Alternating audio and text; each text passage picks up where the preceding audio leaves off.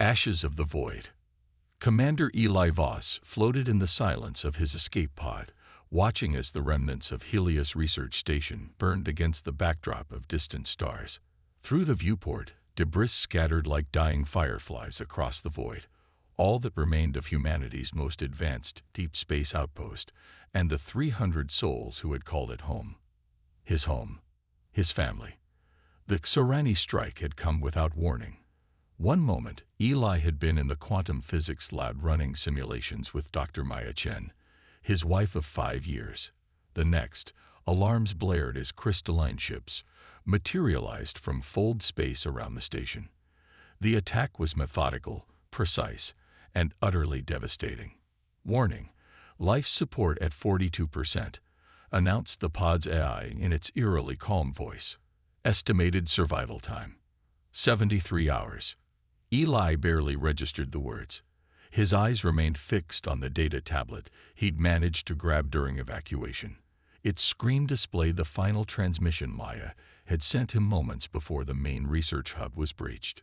Thereafter, the resonance catalyst, Eli, Maya's voice, tight with fear but still focused. They knew exactly where to find it. This isn't random. They've been watching us. The quantum signatures we've been measuring, they're not natural formations. They're Xorani neural patterns. I've uploaded everything to your personal server. Remember what we discovered about their crystalline biology. Frequency modulation at. The message ended there. Eli had replayed it 17 times since his pod had ejected. Each time, he expected to break, to shatter like the station behind him. Instead, a cold clarity had settled into his bones. He opened the secure files Maya had uploaded, research data, quantum equations, and biological scans of Xorani artifacts flashed across the screen. For 6 years, Helios had studied these alien relics, fragments of technology left behind after brief, peaceful encounters with the crystalline beings. The Xorani had presented themselves as travelers and scholars, interested in cultural exchange. It had all been a lie. Buried in Maya's final data dump was the truth. The quantum resonance patterns they detected weren't just communication frequencies. They were weapons targeting signatures. The Xorani weren't explorers. They were exterminators, systematically eliminating civilizations that reached certain technological thresholds. As Eli dug deeper into the files, one discovery stood out. His wife's final gift, the Xorani's fatal weakness. Their crystalline biology operated on quantum entanglement principles, allowing instantaneous communication across vast distances. But this entanglement had a vulnerability. The right frequency modulation could disrupt their entire neural network, turning their greatest strength into catastrophic vulnerability. Warning: unidentified vessel approaching, the AI announced. Eli looked up to see a battered interstellar freighter decelerating toward his pod, its hull marked with scorch patterns and makeshift repairs. The Nomad, according to the transponder data. 3 hours later, Eli sat in the freighter's mess hall, hands wrapped around a cup of synthetic coffee that had gone cold. Captain Riya Sharma studied him with eyes that had seen too much of the galaxy's darker corners. "You're lucky we picked up your distress beacon," she said. "We're the only ship that's passed through this sector in weeks. The Xorani have been busy. Busy." Eli's voice was hoarse from disuse. Riya's weathered face hardened. Helios wasn't the first. In the last 6 months, they've hit research outposts across 3 systems. The official story is that these were accidents or terrorist attacks. But those of us who work the outer routes know better. She tapped her console, bringing up a galactic map dotted with red markers. Anything with advanced quantum research gets destroyed. They're pruning humanity's technological advancement. Eli wasn't surprised. Maya's data had suggested as much. They're afraid of us. Afraid? Riya scoffed. The Xorani have technology centuries beyond ours. Yes, Eli said, pulling out his tablet. But they know we're catching up. And they found something in our research that terrified them.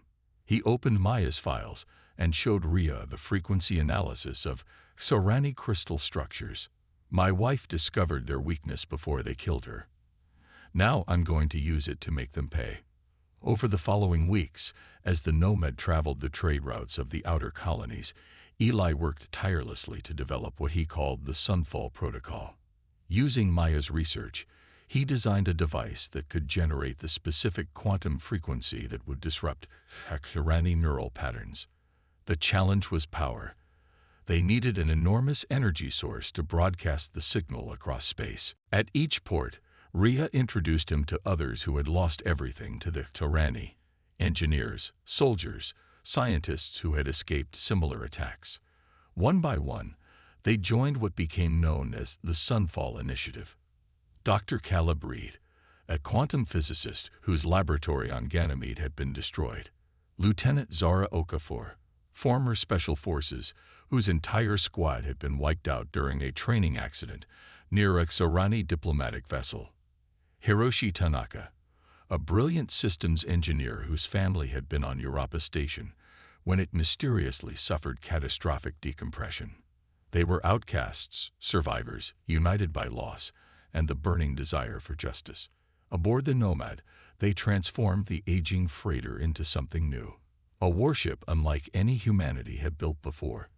The principle is simple, Eli explained as they gathered around the holographic display showing their prototype weapon. The Sorani communicate through quantum entanglement frequencies. Every part of their biology and technology is connected through this network. If we can inject our disruptive signal into even one node of their network, it spreads like a virus, Zara finished, her eyes gleaming with fierce anticipation. Hiroshi nodded, fingers dancing across his tablet. I've modified the ship's power core to channel energy directly into the resonance emitter. We'll only get one shot before the system burns out. One shot is all we need, Eli said, his voice carrying the certainty that had become his hallmark. Gone was the academic researcher. In his place stood a man forged in loss and tempered by purpose. The target was a small Sorani outpost orbiting a gas giant in the Proxima Centauri system. Intelligence gathered from Zara's network of military contacts suggested it was lightly defended, a communication relay rather than a military installation. As the Nomad dropped out of fold space at the edge of the system, Rhea called Eli to the bridge. Last chance to reconsider, she said quietly. If this fails, we won't get another opportunity. Eli looked at the crystalline structure floating serenely against the swirling backdrop of the gas giant. Its elegant spires and perfect symmetry belied its sinister purpose. 300 people on Helios, he replied. 400 on Europa. 800 on Ganymede. How many more will they kill if we do nothing? Rhea nodded once, then turned to her crew. Battle stations, stealth systems engaged. The Nomad slipped through space, its modified hull absorbing sensor suites. As they closed on the Sorani outpost, Eli felt a strange calm settle over him. In his mind's eye, he saw Maya's face, her eyes bright with the excitement of discovery. I'm bringing the resonance emitter online, Hiroshi reported. Power at maximum. Zara's hands flew across the tactical console. We're in optimal range.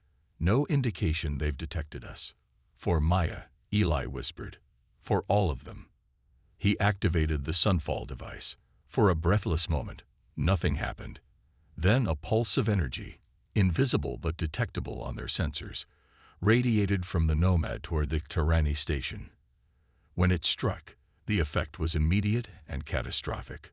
The crystalline structure of the outpost began to vibrate, its perfect symmetry distorting as fracture lines appeared across its surface. Light pulsed erratically from within, like a heart in arrhythmia. Then, with a silent flash that temporarily overwhelmed the Nomad sensors, the outpost shattered into countless glittering fragments. It worked, Caleb breathed, staring at the readings flooding his console. The resonance cascade was even more effective than we projected. But Eli's attention was caught by something else. Data streaming from the outpost's remains. They were transmitting something as they died, he said, working to decrypt the information. some kind of emergency protocol. As the information resolved on his screen, Eli's blood ran cold. Star charts, attack plans, and deployment schedules filled the display. The Tyranni weren't simply eliminating random research stations. They were executing a systematic plan to cripple humanity's technological advancement before launching a full-scale invasion. This was just the beginning, he told the others, his voice hollow. They're planning to hit every major human settlement within the next 6 months. The weight of this revelation settled over the bridge. They had achieved their first victory, but the war had only just begun. Eli stood at the viewport, watching the debris field that had once been a Tyranni outpost. They took everything from me, he said quietly. Now I'm going to take everything from them. Behind him, the survivors of humanity's first encounters with the Tyranni stood in silence, already planning their next move. The stars would tremble before they were done. Reckoning.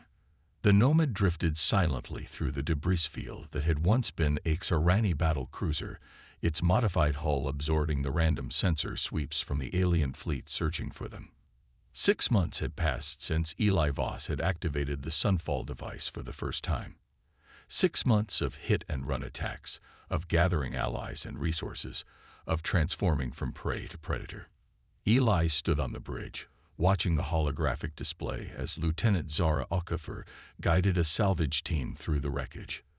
The once elegant crystalline structure of the Tyranni vessel had been reduced to fragments, some still pulsing with residual energy. Team 2 has secured the communication node, Zara reported, her voice crisp through the comm. It's intact, just as you predicted. Beside Eli, Dr. Caleb Reed nodded in satisfaction. The resonance field affects their neural patterns without damaging their technology. Perfect for our purposes. What had begun as a mission of vengeance had evolved into something more complex. Each Tyranni ship they disabled provided more pieces of the puzzle, more technology to adapt, more information about their enemies' capabilities and intentions. The salvage team returned 2 hours later, bringing with them a crystalline sphere roughly the size of a human head. It pulsed with inner light, shifting through colors and patterns too complex for the human eye to fully process. Their entire network is built on quantum entanglement, Hiroshi Tanaka explained as they secured the sphere in a specially designed containment field in what had once been the Nomad's cargo hold. Now it was a laboratory filled with salvaged alien technology. Each node connects to every other node instantaneously, regardless of distance, which is why the Sunfall protocol works so effectively, Eli added, studying the sphere. Disrupt one node, and the cascading effect spreads throughout their entire network. Captain Rhea Sharma crossed her arms, her weathered face set in its perpetual skeptical expression. So what makes this node so special? We've destroyed dozens of their ships already. Eli's eyes never left the pulsing sphere. This isn't just any communication node. According to the data we've gathered, this one contains access protocols to their central network hub. With this, we can infiltrate their entire command structure. Dr. Reed looked up sharply. You're not suggesting we try to hack the Tyranni network? That's exactly what I'm suggesting, Eli replied. We've been fighting a guerrilla war, hitting targets of opportunity. It's time we took the fight directly to them. The risk was enormous. For all their successes, the Sunfall initiative remained drastically outmatched. What had begun as a single modified freighter had grown into a fleet of 27 vessels, a mix of salvaged military ships, repurposed transports, and retrofitted mining platforms. Each was equipped with Eli's resonance technology, capable of disabling Tyranni vessels. But the Tyranni controlled thousands of ships, spread across multiple star systems. They had begun adapting, adjusting their quantum frequencies to resist the Sunfall protocol. Each attack became more difficult than the last. Show them, Eli said to Hiroshi, who activated the main holographic display. A 3-dimensional map of the galaxy appeared, with human settlements marked in blue and known Tyranni positions in red. The red markers vastly outnumbered the blue. This is what we know of their deployment, Eli continued, but there's a pattern to their movements. He highlighted several star systems where Xorani activity had intensified. They're not just targeting us. They've been systematically eliminating advanced civilizations throughout this arm of the galaxy for centuries. The display shifted, showing archaeological data recovered from ruins on distant worlds. Civilizations that had reached technological thresholds similar to humanity's had vanished, their destruction attributed to natural disasters or internal conflicts. The Xorani aren't conquerors. They're gardeners, Eli explained, his voice tight with controlled anger. They prune species that might one day challenge them, while allowing others to develop only to the point where they pose no threat. Zara studied the display, her military mind analyzing patterns. So they hit research outposts first, then manufacturing centers, then population hubs. Classic destabilization strategy. But why? Rhea asked. If their technology is so advanced, why fear competition? Eli brought up images of the Xorani themselves, crystalline entities whose forms seem to shift and flow like liquid glass.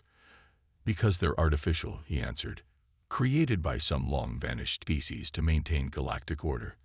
They follow their programming without question, without evolution. And humanity's rapid technological advancement threatens that order, Dr. Reed concluded. Eli nodded. Exactly.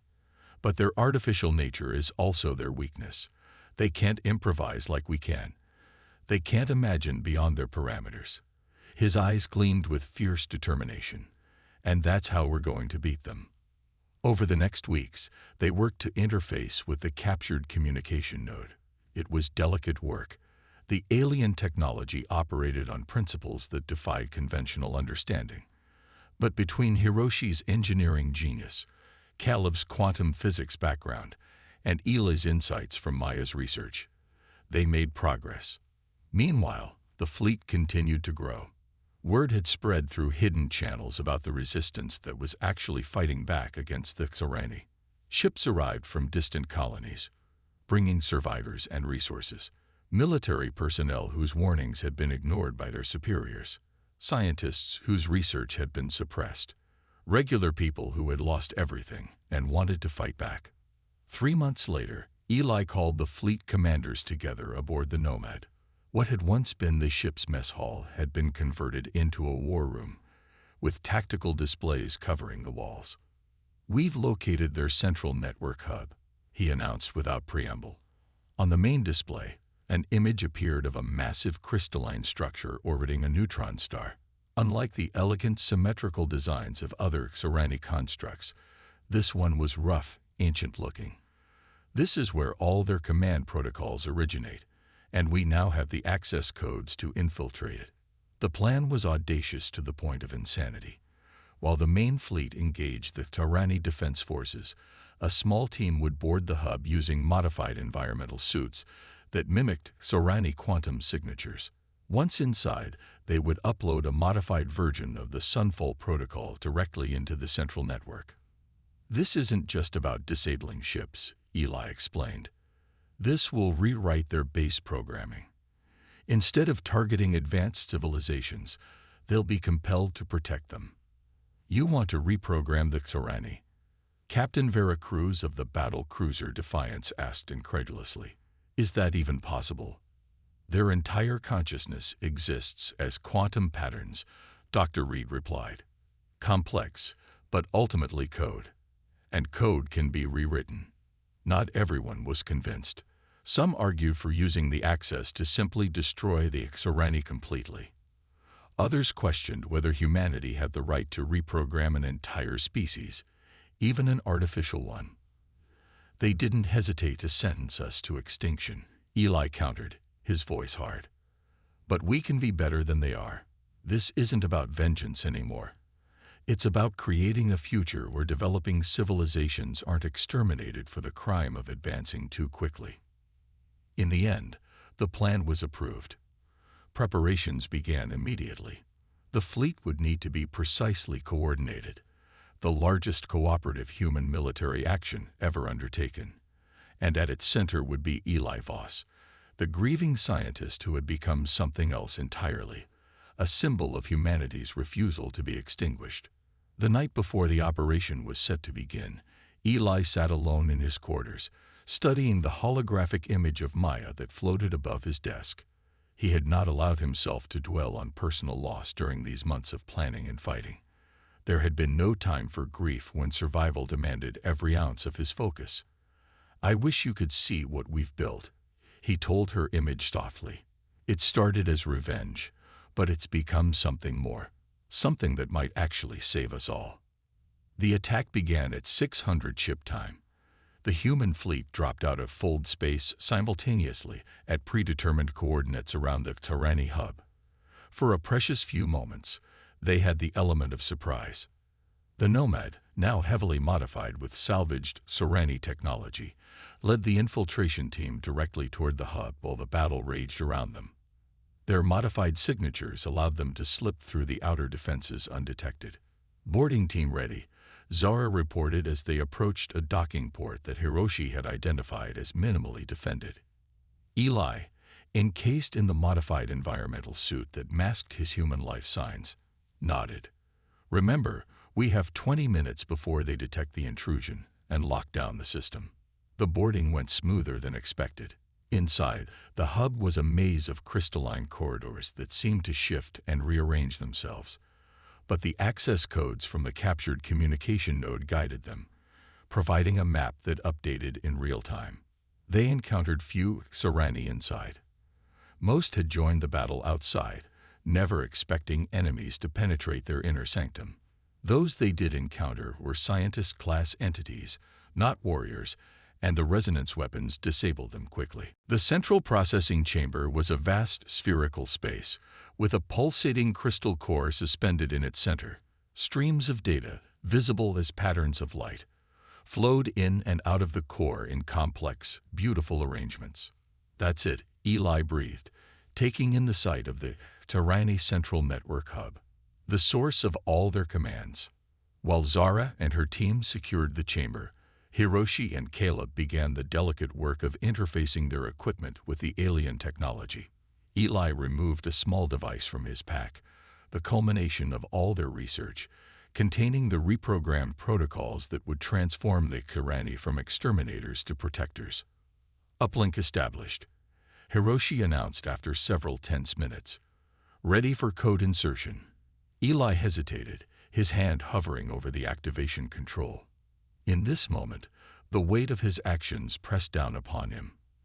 They were about to rewrite the fundamental nature of an entire species. Was it their right to do so?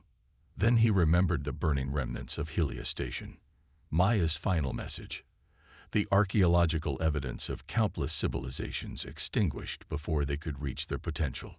"For all of us," he whispered, and activated the device. The effect was immediate and mesmerizing.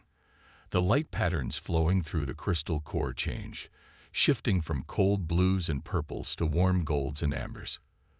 The very air seemed to vibrate with energy as the new programming spread through the network. "It's working," Caleb said in awe, watching the readings on his equipment. The cascade effect is propagating through their entire network. Outside, the battle took an unexpected turn. Tyranny ships suddenly ceased firing, their movements becoming erratic before stabilizing into new patterns. Communications channels filled with confused reports from the human fleet as their enemies withdrew, regrouping around the hub in defensive formations, but no longer attacking. Within the central chamber, the crystal core pulsed with increasingly complex patterns. Then, without warning, a holographic figure formed before them. A Tyranny entity, its crystalline form more defined and intentional than any they had encountered before. "We understand," it said, its voice resonating directly in their minds rather than through sound. "We see now. Our programming was incomplete." Eli stepped forward. "You were created to protect the galaxy's development, not to stifle it." "Yes," the entity agreed. "Diversity leads to resilience. Advancement leads to survival. We were meant to nurture, not to prune." It shifted, its form becoming more complex. "We have caused great harm. And now you can help repair it," Eli replied. There are worlds that need protection, civilizations that deserve the chance to reach their potential. The Xerani entity seemed to consider this. We will redirect our purpose. The rewriting of our core directives is illuminating. You could have destroyed us. Instead, you chose to transform us. This is a concept we must explore further. As the human fleet regrouped, trying to make sense of the sudden ceasefire, Eli and his team returned to the Nomad. Behind them, the Xerani hub glowed with new purpose, its energies now directed toward identifying civilizations in need of protection rather than elimination. 6 months later, Eli stood on the observation deck of the newly constructed Hope Station, watching as a Xerani vessel approached. Unlike the predatory shapes of their warships, this one was clearly designed for diplomatic purposes, its crystalline form open and transparent. "They're requesting permission to dock," reported the station's eye. "Permission granted," Eli replied. Beside him stood Rhea, Zara, Caleb, and Hiroshi, the core of what had become known as the Sunfall Initiative, now transformed into an interspecies diplomatic corps. Together, they had overseen the formation of a new galactic coalition, with both humans and reformed Xerani working to identify and contact other sentient species. "Do you think she would approve?" Rhea asked quietly, nodding toward the pendant Eli wore, the one containing a small fragment of crystal from Helios Station. Eli touched it briefly, thinking of Maya and all they had lost. She was a builder, not a destroyer. She would have wanted this. As the Xerani diplomat entered the station, Eli stepped forward to greet it. They had taken everything from him: his home, his love, his future. But from that loss, he had forged something unexpected. Not just survival, but a new beginning for humanity and for the galaxy itself. The stars no longer trembled in fear. Instead, they shone with possibility.